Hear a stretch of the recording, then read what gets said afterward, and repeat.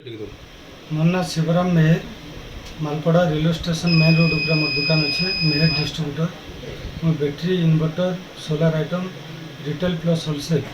पश्चिम ओडिशा प्राय बहुत जगह करुँ 8:30 बजे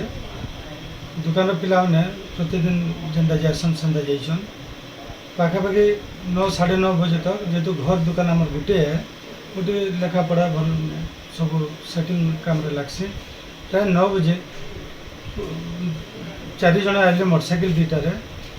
भीतर के आसले बैटेरी इन्वर्टर नाली फास्ट इनक्वारी कले 1 ରୁ 1.5 मिनट बैटेरी इन्वर्टर इनक्वारी कला सडन बोले चलो टे भीतर के चलो बोले बैटेरी देखबे बहाना रे इे आसले तो मुझे जेनता तार पाके आइली सागे सागे पिस्तल बाहर करूँ सर मुझे पिस्तल के धरी पकाली प्राय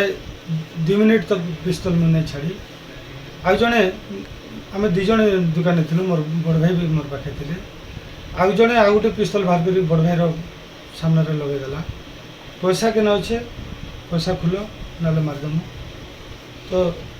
ठेला पेला बहुत किसी है से जाचन आमर ऑफिस चैम्बर टे यहाँ अच्छे बोलिकी इठान के टाणी आनले इने आमको बहुत पिटापिटी कले सदा मारदेमु बंधुक आमर मुंडे लगे दौले तो डरिक जी गलु आम लगे जीवन बड़ बोली भावलु डकैत कर काण नब निह तो से ड्र खोलबार बहुत चेष्टा कले ड्र अच्छे तले ताके बहुत टाड़ी भिड़ी कर से लुहा आनिक पिटापिटी बहुत कर ड्र खोली नहीं पारे तापर सुना चेन मुझे गोटे पिंधि प्राय 3.5 ରୁ 4 भरी से टाणी ने मोर मुदी गोटे नहीं गले आ 3टा मोबाइल मोर बड़ भाई मोबाइल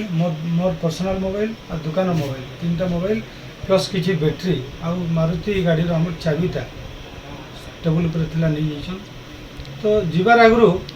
प्राय 20 मिनिट हमको ये चैम्बर रे सीसी फुटेज आमर इन 6टा 7टा कैमेरा लगी सब रेकर्ड हो लोकल लैंग्वेज कथा होते तो साने 20 मिनिट आमको धमक चमक पिटा मरा कला डकाती करी जीवार पूर्व धमकी देकर जाइछन कि पुलिस के कि प्रेस मीडिया के जब इनफर्म कल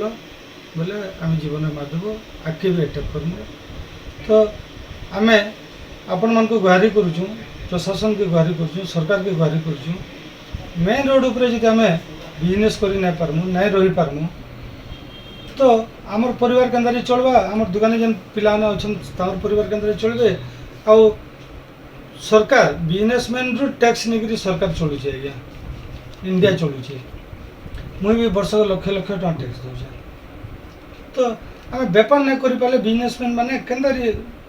सरकार चलवा आम चलमु तो आपण मैंने चिंता करूँ आ कठोर कठोर तांको शास्ति दौन तांको बहुत जल्दी धरुन एतकी आम नवेदन करुँ आपण पलायर पब्लिक के बहुत भर गुंडागर्दी बढ़ी डकैती बढ़ी किसी मास पूर्व इन एयरटेल ऑफिस अच्छे मेन ऑफिस सेटा भी डकैती होता तो पुलिस समस्त आम नवेदन करुँ कि सुरक्षा बिजनेसमैन मान को पब्लिक परिवार समस्त सुरक्षा दूँ।